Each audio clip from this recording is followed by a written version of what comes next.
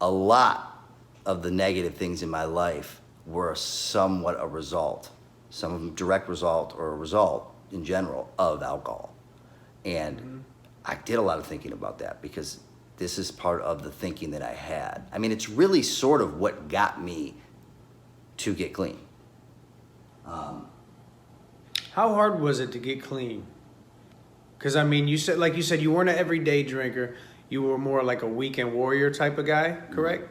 In special occasions. So how do you break the chain? How do you break the cycle? So I think, everyone's different. I think one of the things that I want to get out of this conversation, or I want to give, is like that hope. It sounds like a cliche, but the thing is like if you're struggling, which a lot of people are, people that you don't even realize in your life that are, you're all right, you're not alone, and there is a solution. But for me, I didn't know where to start. Mm-hmm.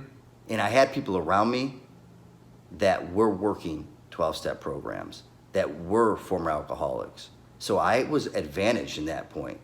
But for me, it put pressure on me because once I started to put one foot in, I had one foot out too. Mm-hmm. So it was really difficult for me to commit to something that I wasn't fully committed to in my heart and in my mind. So I needed help. And, the one night that I decided that it was a problem, it was one of those late night infomercials of addiction, they come out like 3 a.m. See, look at that. Those things still make a difference. Well, dude, they're like the perfect placement because like if you're up at 3:30 in the morning, you're usually up to no good. Yeah, absolutely. Not too many great things happen after 2, 3 in the morning. No. So I called on a whim. I'm like, let me call and just see what this is about. Because I had no idea, no clue about, recovery, rehab, nothing. I was on the phone for 2 hours with the gentleman. I had just come off a day of drinking, so I wasn't drunk, but I was starting to feel the effects of the hangover, the hangover was weaning off, or however you want to put it. I was starting to feel a little bit better. Mm-hmm. But I was vulnerable, mentally, because that whole day I was just down and out. And shout out to whoever I spoke to for 2 hours. That's so dope, man, that's even a resource. And I think people, what it is society has all these judgmental views on a lot of shit. And I feel like people, I don't want to say laugh at, but they almost don't take certain things serious, like the suicide hotlines and all those little things that are actually here for you to give. And I think people, they're worried that people are going to judge them. I think a lot of people, I think it takes a lot of courage just socially to even put yourself in that position of admitting like, yo, I got an issue and I'm going to stand on it and be like, yo, like announce it basically and keep it real with yourself. And then not only that, but then act on it. And then not only that, but stick to it regardless of who says what, thinks however, because at the end of the day, people want to judge that part. But it's like, bro, I need this part. The other part that you weren't judging when I was slamming shots at the bar and doing a beer bong and mixed drink after mixed drink, you weren't judging me then. I was cool then, right? It was social. It was fun. Now I'm trying to get my shit together, and now you want to say something. Isn't that so crazy how that's backwards? You know what I mean? You don't know, something isn't an issue to you until it really is affecting you. And it's tough for people who don't have things that affect them personally, directly, to put themselves in the shoes because they don't understand it. I didn't understand it. Bro, I went into rehab. I was there for 100+ days. One of the greatest experiences. You were there for that long? God. Whew. So when I called, I had no idea what I was getting myself into. I was on a plane 2 days later heading down to Florida, which was not really what I thought. Actually, since I didn't really know. So you did rehab in Florida? In Florida. So it was 100 days I was there. And, what that did is humbled me in a way that only something like that could probably humble me. You're surrounded by people of all walks of life with all sorts of issues.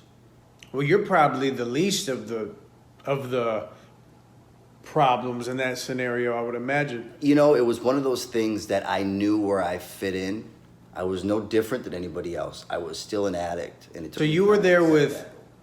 Now, because I've never been to rehab, I'm imagining that everybody with an issue of some sort, is it chemical dependency type shit, like all together? Or I mean, are you in there with like sex addicts and shit? Like, do they categorize it? Or So- like, are you in there with crackheads and heroin addicts and cokeheads and? Everything. So like when I first went down there, you get picked up from the airport by somebody from the rehab. Let me go back on what I said. I didn't mean to say crackhead, cokehead. Maybe because that's the shit that we say every day. Being insensitive. These people got real life shit, and I'm sitting here going cokehead, crackhead. It's really I like don't think that. cocaine addiction, crack addiction. Like for real though. Like is this? Yeah, I mean, That's the listen, politically I correct. I don't know. I mean, you know, it's one of those things that people can get offended, especially now, by anything. The reality is, it's the context of it. You know, like, yeah, I mean, I didn't know many people that smoke crack. I didn't know many people that did heroin. But what I found out is that it's way more common than we think, and a lot of times it's right under our nose. No pun intended. I know that's right. And what I found out also is that these aren't choices. The idea that addicts, that we, because my perception of somebody, and you and I had talked about this before, is somebody, that uses heroin. Like I'll give you my normal perception and a lot of people's, I think too. I can speak for a lot of people. People, especially with heroin, this has always been my way of thinking. From maybe an insensitive standpoint, maybe a lack of understanding. I can be open-minded enough to say that's potentially what's going on with my opinion. But the way I see it is like, look, alcohol's one thing because it's everywhere, it's normalized, it's available in every corner, it's something socially acceptable by everybody pretty much. That's understandable. Heroin, to me, not so much. This is something where if you've heard the word heroin in your life, you know what the fuck it is, you heard how terrible it is, you ain't never heard no good shit about this shit. That's how I've always seen it. So it's like, if you chose to do that, how do I feel bad for you when your life is in shambles? You know what I'm saying? It's like, I don't know. Well, I think that was kind of my perception too, which in my ignorance and in just sort of my ego, I didn't do those things. So I didn't understand them. But all I seen about things associated with stuff like heroin or opioids in general was that you look like a zombie. What made you want to do that? Well, I just feel like people love playing with fire. And when they get burned, I'm supposed to feel bad for you? Like that's like how, like, you know what I mean? Like from the outside looking in, it's like, oh, so now you need me. Right. Like you didn't know. Well, this is what I've come from, what I've come to learn, and it takes time, is I look at people with compassion now, in a way that I never, ever looked at people. I've always sort of been a compassionate person, but now I look at every single person that I come across when I start to feel any type of way, negative specifically. I look at them from a lens of compassion, not that I'm looking down on them and they're so bad, but I look at them thinking a little bit deeper than beyond what's at the surface. So, and what really helped me do that was the heroin and the opioid addicts that I had come to know and like a lot. They talked, there was something going around with Calvin Johnson of the Detroit Lions. And he had came out and spoke about how he, after games for years, smoked marijuana. It helped him. He was in a lot of pain. And And Ooh. I know, right. Well, so I'm talking shit now. no, that's what I'm saying. So, what marijuana is a substance that's not allowed by the NFL. Whatever, that's the rule. It's the rule. Okay. Play by the rules. So, what is crazy and what I didn't realize until I had the experience I had is that most of these players, and the reason I'm bringing this up is because this goes to the average person. Most people, they have an injury of any sort, they are prescribed some sort of opioid for it. And certain things that people have, certain surgeries, certain, issues they have, they're prescribed things that are addicting, so highly addictive that even when used prescribed with caution, their body is addicted. It becomes addicted to this substance without them knowing, without them doing anything. Sure. So what I found is that a lot of the situations of people that I came across who struggled and turned eventually to heroin, whether it's, it was through the pills, right? So what would happen is they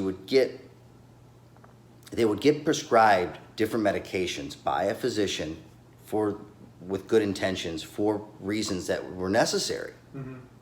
What happens is that a person going through, and I didn't know this, and it was so interesting, a person that is withdrawing from opioids specifically, heroin, however you want to look at it, they would go through withdrawals for days and days, and the pain, the physical pain, was sometimes unbearable. And when I would see these people, because when I checked into this place, I'm sober. I didn't know that the thing was, and a lot of these people were repeat offenders, that it was like a normal thing to not be sober when you came to rehab. So they would check in high off whatever substance they used, where I didn't know. And not that I would have done it differently, but the point is I'm sober, like I'm ready to get this, I'm open-minded, I'm gung-ho. Yeah, that had to be interesting right there. Bro, and like you're in a particular part of the rehab where you stay here, you're not ready to go to like the popular, the regular population. Like jail and shit. So, and different insurances vary, and we could go and talk about that at a later date. But the reality is I'm sitting there sober for 5 straight days with people that I had a roommate, I didn't see his face for 4 days. His face, I slept in the bed. What do you mean? Why wouldn't he was in so much pain, he's under a blanket the whole time. Oh, from withdrawals? And I mean, hearing grown men make the noises, and women, but I'm obviously room with that, it was something where I knew to a small degree what they were going through.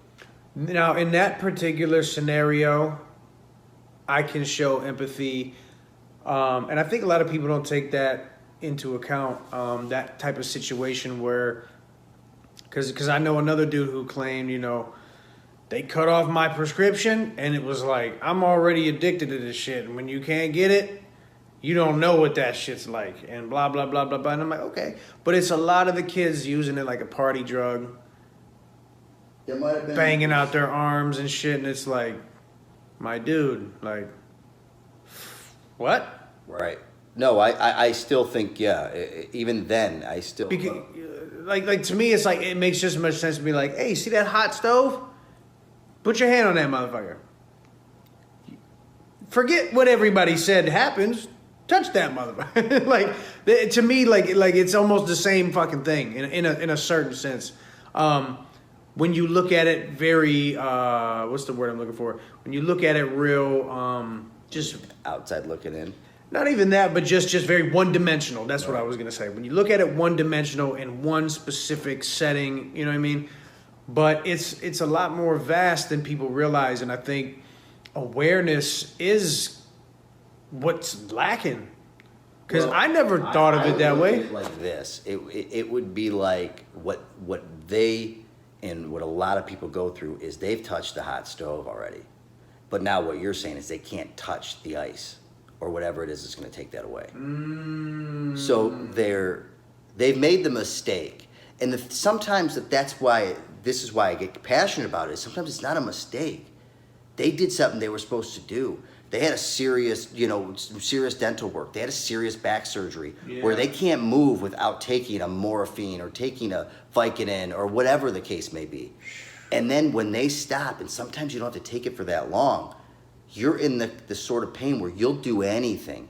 See, and that brings me back to the whole fuck these motherfuckers shit, bro. The whole Food and Drug Administration bullshit. I mean, we'll get deep into that on another episode, but it's like, dude, this shit's all by design, bro. Tell me the truth. That's one reason why I feel more compassion and more empathy for these people, because the fucking game is designed for you to do this.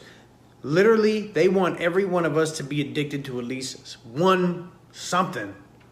Alcohol, drugs, whether prescription or street drugs, whether it's fucking nasal spray, whether it's porn, whatever. They want you to be addicted to something and be a customer.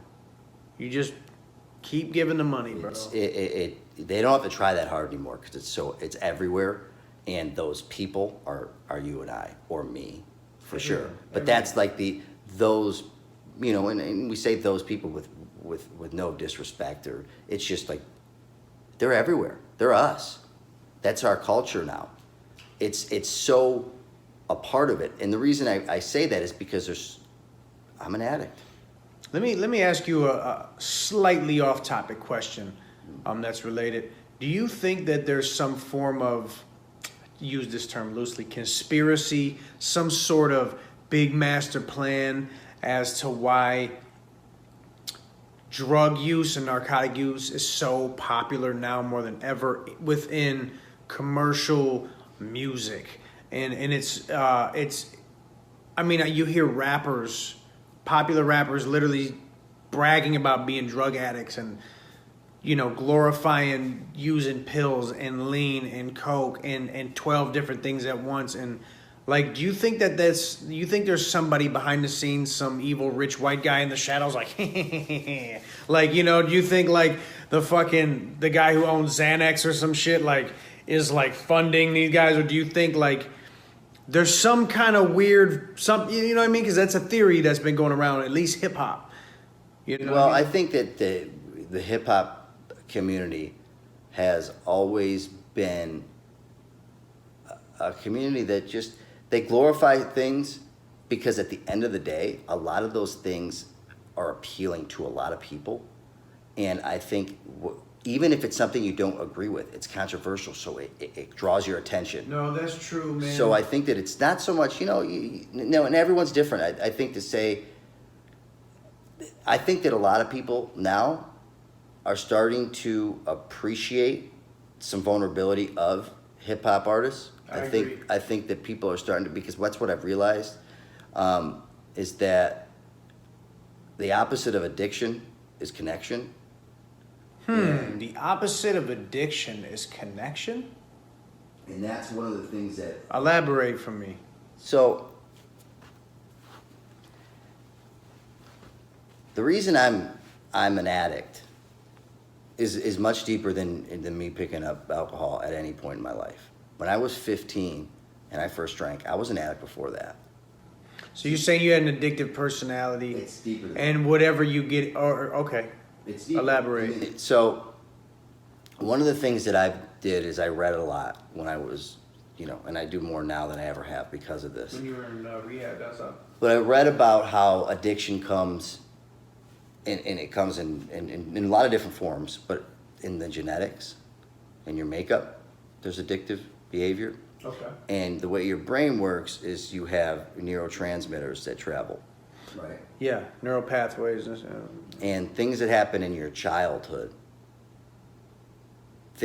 trauma that you don't look at as trauma, but were traumatic for you as a child, started to push you towards things that make people agreeable people, that make people very... You said agreeable? Agreeable or defensive. Things like that are making, which is why environment is such an important role in your life, and you're so, like, you're very moldable then. But what ends up happening is you start to eventually, as you grow up, you have these things that haven't been dealt with. So to put it in a nutshell, I'm trying to catch on what you're saying. So you're saying basically, subconsciously, you're drawn to these escapes to suppress underlying feelings and issues. Is that what you're getting at? Yes, it's subconsciously, a lot of things are going on and you're not aware of it. And it takes a lot to become aware of it. Well, they do say, people need to pick up on this too. Your subconscious is more conscious than your actual conscious. Sure. I said this to someone recently and they looked at me crazy and I said, okay, you don't believe me? Check this out. Do you have to remember to breathe? You gotta be reminded to blink? No. Like, that should tell you what's going on right now. You know? I mean, and there's truth to it. And in the statement that addiction, the opposite of addiction is connection, I watched a video I think it was something about an experiment they ran on mice, rats, mice or rats, whatever. And what they did is they put a rat or a mouse in a cage, and they put 2 water drinking fountains. The one was just water, and the other water had cocaine in it. Now the rat, the mouse by itself, dabbled with the cocaine. Lit and Mickey. went to the water, but then continuously went to the cocaine water. So then they took that same experiment and they gave it a bigger cage and they put 20 mice in there, 20 rats in there. Same thing.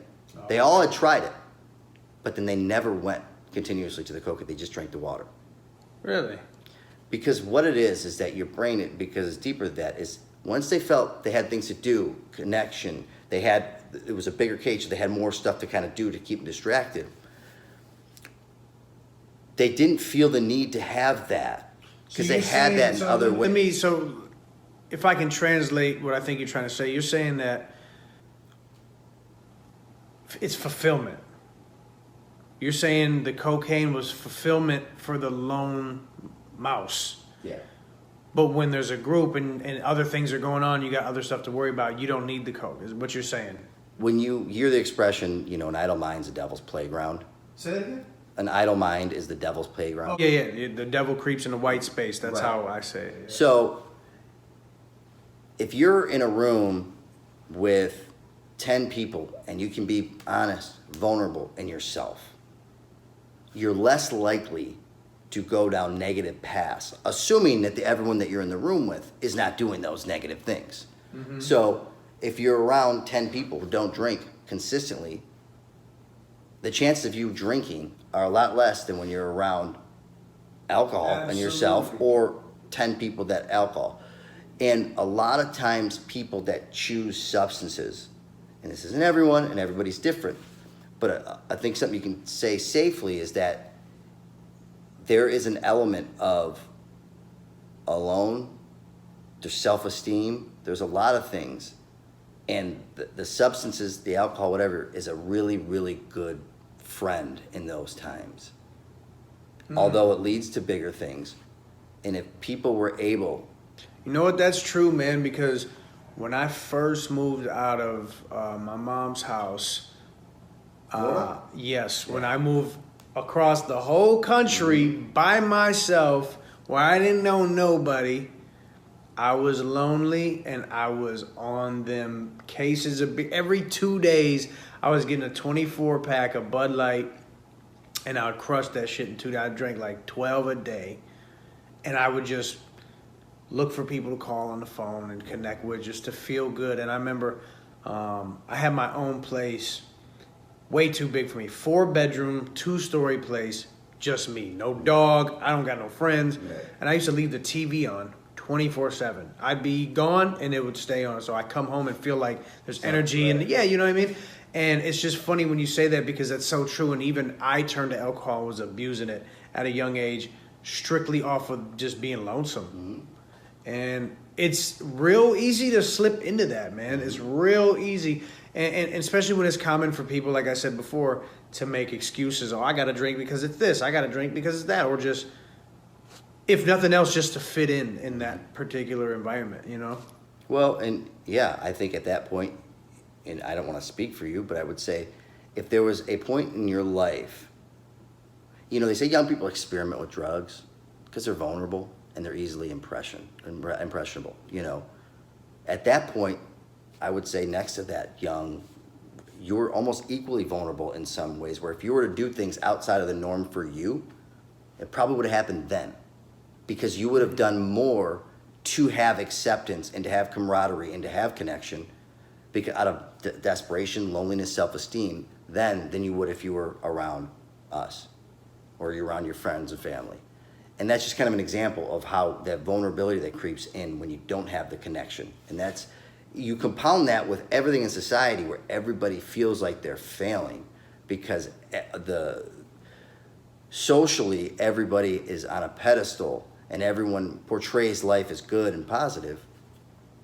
you could see how somebody would take that and who has low self-esteem, who has depression's at an all-time high, like we spoke about, on the previous episodes.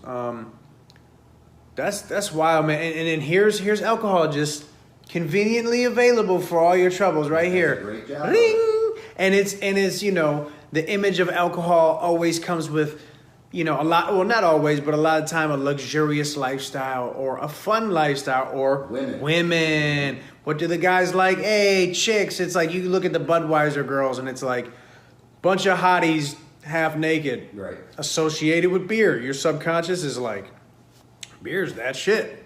You know what I'm saying? All the shit you like, sponsored. Look at, go watch the football game. Sponsored by, it's like, yeah. It's glorified. It's everywhere, and the way that it's marketed, it's literally in that subconscious. It's a part of, you don't even realize it's happening, and it's there's a lot of layers to addiction, and we could talk about it for days.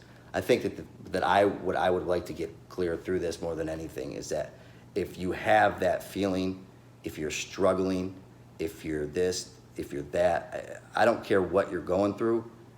There is help out there. You're not alone, and you can always, we all slip up and make mistakes, and everyone is their own worst critic, but you are so less alone than you think when you're in that dark place. And you don't have to have a substance abuse problem. You don't have to be even an addict. But if you're depressed or down, you're not alone. There are alternatives. There are ways to get help. And there's no shame in that. And I think that that's something that I want people to feel if they listen to this, because it's like, at the end of the day, I'm not on a soapbox. I'm not preaching. And I'm a long ways from where I want to be.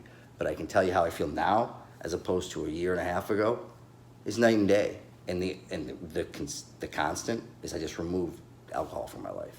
So imagine if you could take that and remove anything that affects you, if you even are aware of it, out of your life gets better. I mean, I've said it before, I've never heard somebody regret getting sober. Well, I'm going to tell you what, man, I've known you for a really long time, and I've seen you in different stages of your life, and sincerely, bro, not only am I proud of you, but I'm just overall happy for you, bro. You know what I'm saying? And power moves, man, and I hope this inspires somebody, man, because you said a lot of valuable shit tonight, and even schooled me to some things and opened my eyes a little bit. Well, I appreciate it. Thanks for willing to talk about this. Real speech. Real spiggity.